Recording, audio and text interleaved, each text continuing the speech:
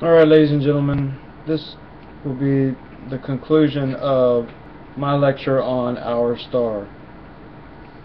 Just a few more slides. It won't go but a few more minutes, and yet it is a very important portion of this lecture based on all of the data that we have amassed over the years, and we are continuing to collect more data on our star. We have learned a few things that are quite revealing about our star, and NASA and many other astronomers and solar enthusiasts will publish many more documents I anticipate in the near future about our star that will hopefully capture the interest of the regular person, because our star is changing. As it expands and produces nuclear energy, it is changing. It is definitely connected to the Earth, definitely affecting our oceans, our atmosphere, the way we wake up in the morning. It is definitely connected to us. Enough on that. Slide 90. Slide 90. So let's look at that. There are only 4 slides left. So I'm going to take a little time and talk about this one slide. It's a graph that looks like a little child drew it or something. Looks like maybe somebody's heartbeat, an EKG, and yet it is not. It's giving you over a century's worth of data, over 100 years worth of data on our star. These are the number of sunspots. If you were able to take each sunspot and put them on a graph, noting the percentage of the sun's structure, percentage of the sun's surface that is covered by that sunspot. In other words, how big the sunspot is. You'll see that every 11 years, or approximately every 11 years, the sunspots reach a certain cycle, like a wave in the ocean. A wave has a crest and a valley, or a crest and a trough, and from crest to crest it's a certain length. The wavelength can be defined, well defined. Well, we can also define sunspots as a wave. When we plot the data over the years, over 100 years of data, we see a pattern emerge. We call it the Saros cycle. Notice in around 1960, the larger percentage of the sunspots, the bigger sunspots emerged on our sun. I mean big ones.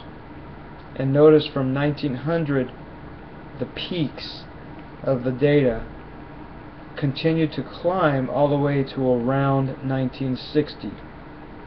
And then if you move beyond 1960, you'll see that the peaks started to, the maximum started to go down.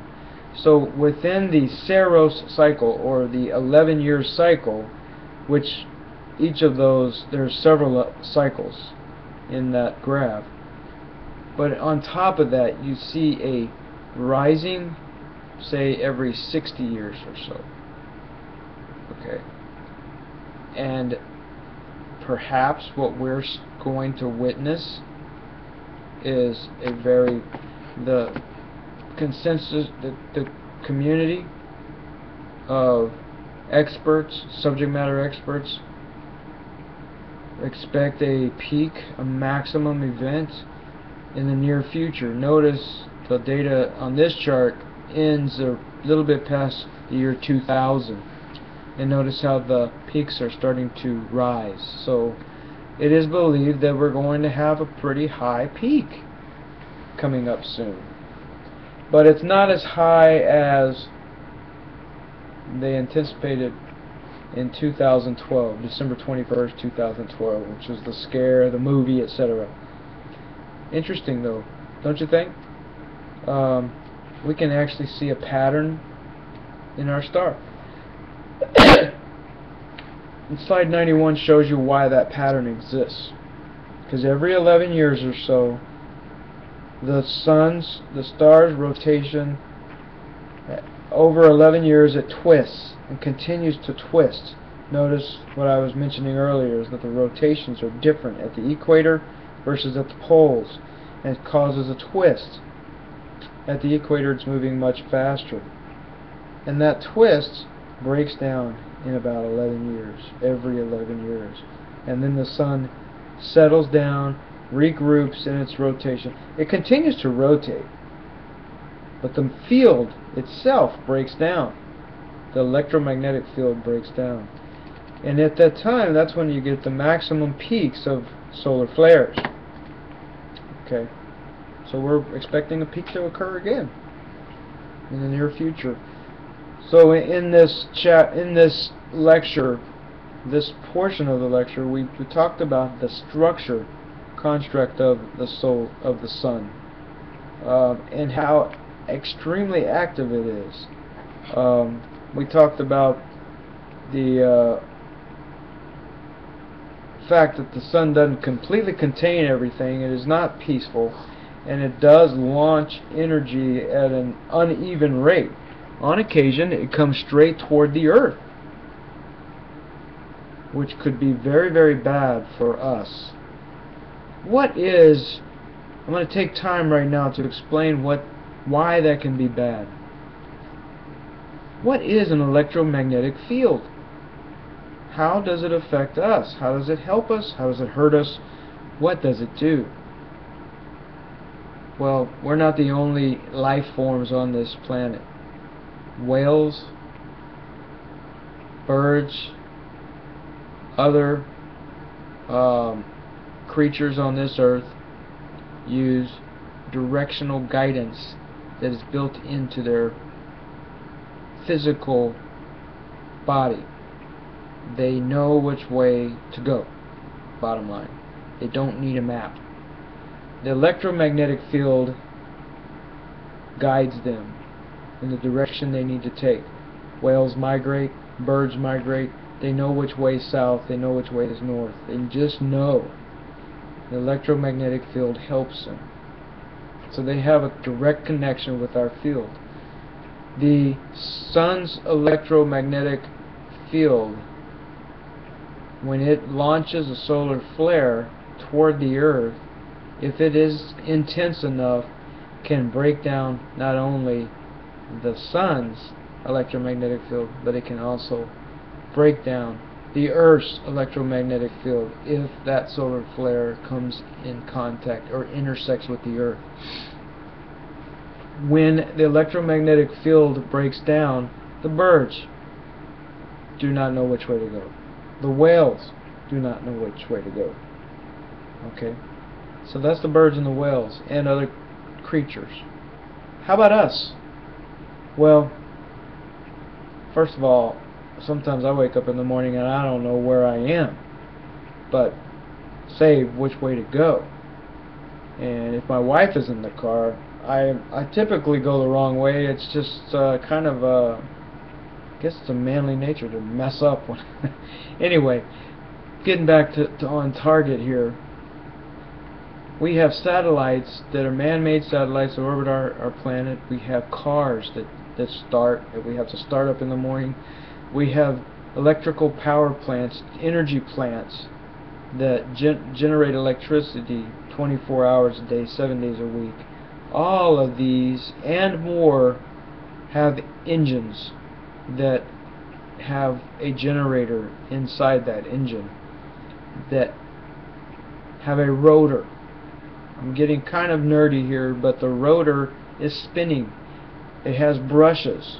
The brushes, if you can imagine metal on metal, they scrape as they turn, and the metal on metal on the stators, on the poles, they're they scrape at a particular rate as they move around in a circle, so many revolutions per minute, or so many cycles per second. And in our electricity that we have in the wall, that's 60 cycles per second. So the generators are generating electricity at that frequency of 60 cycles per second. Okay, all of that is well and good, and it seems to work quite well until a solar flare comes our way. It can take a rotor and make it turn the wrong way. It can destroy our generators. It can destroy the starters in our cars, because starters have to rotate a particular way in order to start the engine. If they rotate the opposite way, they burn the starter solenoid. All objects that require a particular rotation to generate electricity will be destroyed, and given the right intense solar flare. Not only that, but our satellites will shut down, possibly momentarily, but they will shut down for us a period of time. The good thing about them is there's a lot of bad, excuse me, but the good is that they can regenerate because they're mostly DC power. And if you have batteries can make it, because they don't require a rotation. They don't require a rotor and a stator. They just work. They have energy. So if you have batteries around, laying around, keep those in good shape. Solar panels are survivable in a solar flare. So if you have any interest in providing electricity to your house by means other than central energy plants like our City Public Service or CPS Energy, then solar panels are a way to go. The only problem that I personally have with solar panels is the manufacturing of the solar panels. Not the fact that they're made in China. That's not what I'm worried about. What I'm concerned about is you need rare earth materials in order to make a solar panel. So technically it is a green energy, but it is removing rare earth minerals that are non-renewable materials to make the solar panel. Okay, so that's the only concern I have about them. Other than that, they are excellent. They're an excellent way to survive a solar flare. So it's just a thought. Wind, electricity, does not survive a solar flare because it takes the wind and generates electricity. That generation causes a rotation. So I do not believe windtricity would continue to work. Moving on. This sunspot cycle, this 11-year cycle,